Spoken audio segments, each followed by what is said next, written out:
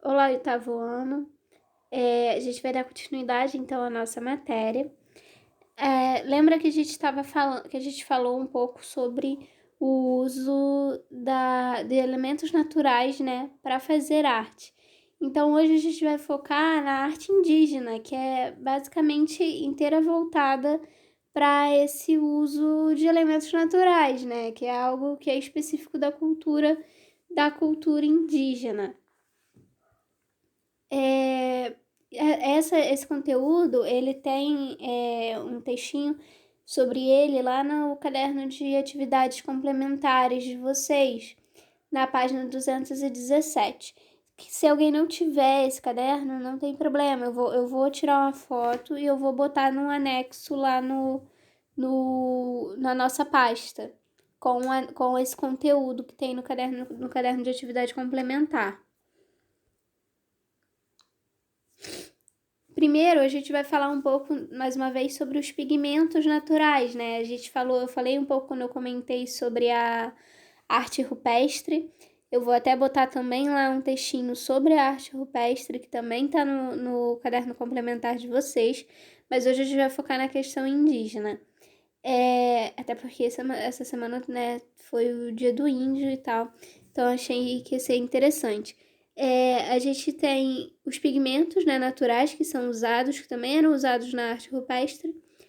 Por exemplo, o urucum, ele é o mais conhecido pigmento natural assim que a gente mais é falado, que é essa fruta vermelha que faz aquela cor característica vermelha da pintura corporal indígena.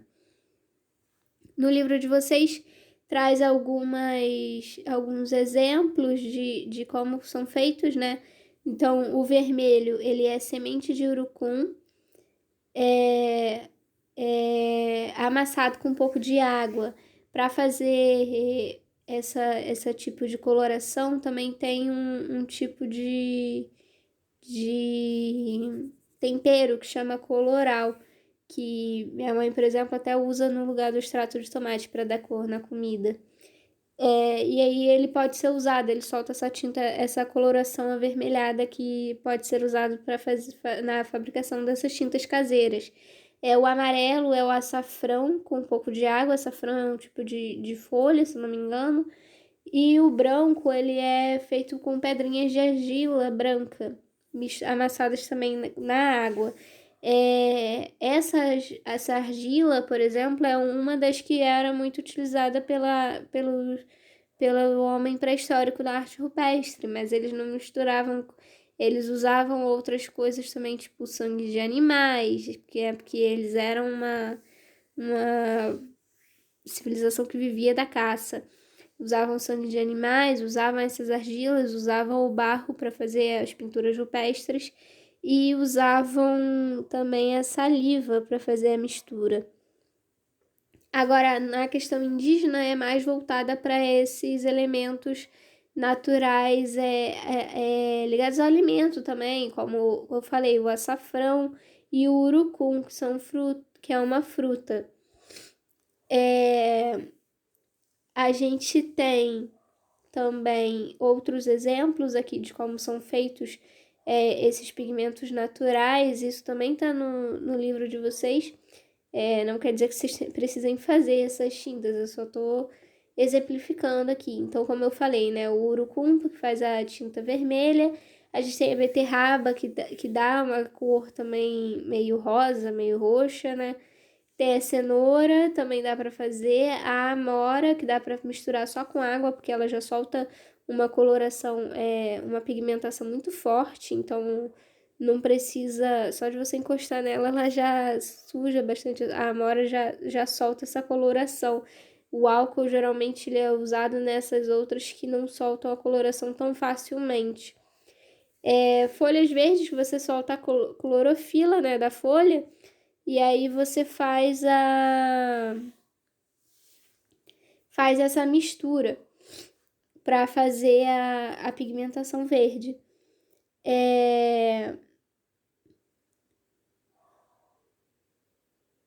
A gente tem, como eu falei, a questão da pintura corporal como algo, uma característica muito importante da arte indígena.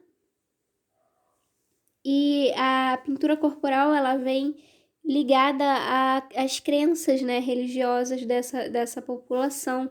Ela vai ser diferente de uma tribo para outra, porque vão ter significados diferentes. Elas são geralmente algo que se tem em comum é que elas são ligadas a rituais, sejam rituais de caça, rituais de trabalho.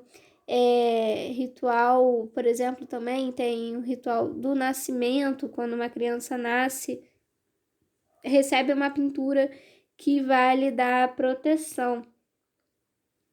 Então a pintura, ela geralmente é um símbolo de ritualístico, muitas vezes ligada a essa ideia de proteção. A gente tem também a plumaria, que é o uso, né, das penas para fazer, especialmente os cocares, principalmente os cocares, né, que a gente tem em mente, são os que mais a gente lembra quando a gente pensa no uso da plumaria, né, pelos índios.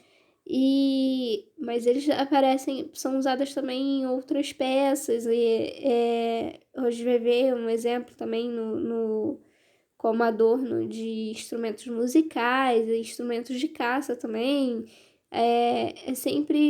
A plumaria é sempre usada como uma forma, geralmente usada como uma forma de adorno. A gente tem outra relação também ligada às cerâmicas.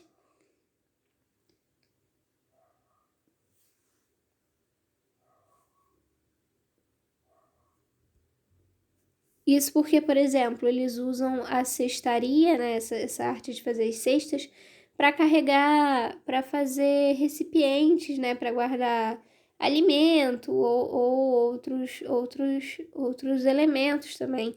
Mas a cerâmica, ela já é usada para fazer também para fazer como de forma decorativa, mas também para guardar coisas líquidas, por exemplo, armazenar líquidos, por exemplo, eles utilizam, desenvolvem a questão da cerâmica. Como eu comentei, né, tem a questão da cestaria, que é muito importante também, que é esse trançado que eles fazem para fazer esses cestos, sempre com esses adornos e esses desenhos, né, étnicos que são característicos da arte indígena. Como eu falei, a gente tem os instrumentos musicais também, principalmente os chocalhos, são bem característicos. Aqui a gente tem 2 exemplos. Como eu falei, né, ele é usado para a pluma, né, as penas usadas como forma de adorno para algum tipo de instrumento. Um comum também é esse pau que a gente chama de pau de chuva, que você faz É muito comum a gente ver tutorial, né? Aprender a fazer também na escola, se fosse possível a gente faria, talvez em sala. Esse que é um tubinho, né? Como se fosse um cano ou algo de bambu, ou feito trançado também, que você coloca, geralmente é um bambu ou é feito de madeira. Você coloca grãos ali dentro e ele faz aquele barulho semelhante à chuva caindo quando você faz o movimento com o instrumento. E aí é por isso chamado pau de chuva, porque faz esse som que ele é semelhante à chuva. Eu vou passar para vocês uma reportagem que fala um pouco mais sobre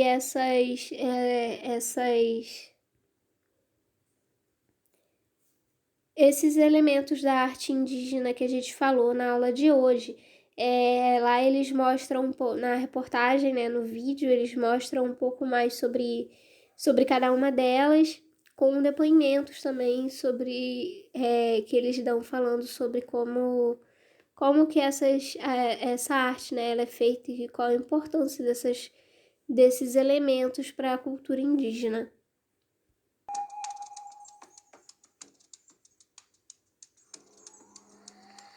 Na cultura cultura indígena, os objetos quase sempre têm, em primeiro lugar, uma função, mas também têm beleza, originalidade e muitos significados.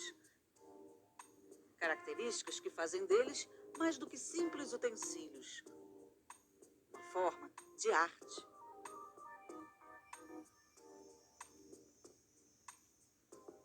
Os designers, né, desses objetos, eles também atendem a uma questão da matéria-prima existente, das tecnologias, né, do conhecimento, de saber fazer aquilo. Então, cada povo desenvolve isso de uma maneira diferenciada. As cestarias são um bom exemplo dessa arte utilitária.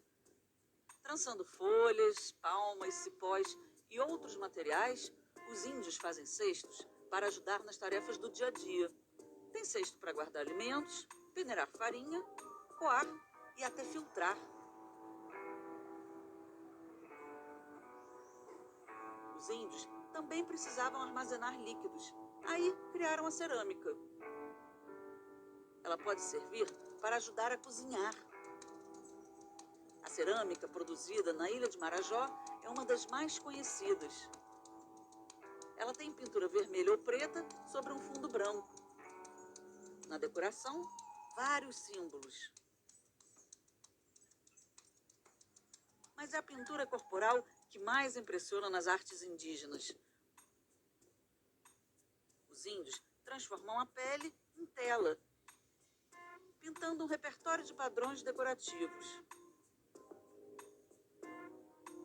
São círculos, meandros e gregas. Os padrões e significados mudam de tribo para tribo, mas sempre estão presentes em momentos importantes. Na preparação para o casamento e no nascimento das crianças.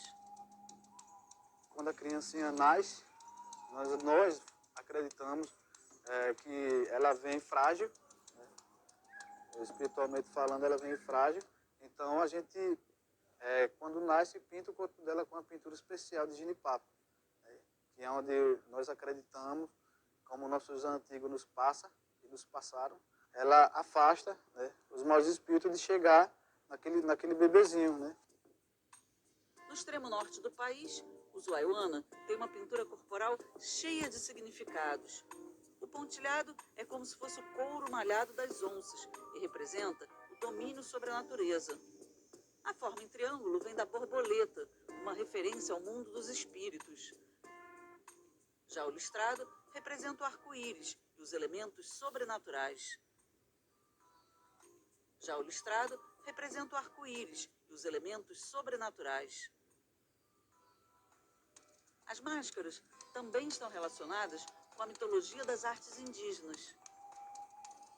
Estão presentes em rituais com música e dança para agradar os espíritos. A contribuição dos povos indígenas para a formação cultural do país vai bem além da construção de objetos. Nossa matriz indígena é uma das que fundamenta o país multicultural em que vivemos. Como a gente viu no vídeo, né, o vídeo ele destaca bastante a importância principalmente da pintura corporal na arte indígena. Eu não vou deixar atividade para vocês hoje, dessa vez eu vou dar uma folga, mas, de novo, nós temos o nosso encontro no Zoom e qualquer dúvida vocês também podem me procurar pelos aplicativos. Mas lembrando que o nosso encontro no Zoom, ele é o Tira Dúvidas, mas é importante a participação de todos que puderem, tá? Então não esqueçam do nosso horário. A gente viu no vídeo falando sobre a cerâmica, falando sobre a cestaria e sobre a pintura corporal, mas como eu destaquei, né, o instrumento musical ele também tem uma grande importância na cultura indígena. Então eu vou encerrar deixando um vídeo para vocês que mostra um pouco do uso desses instrumentos.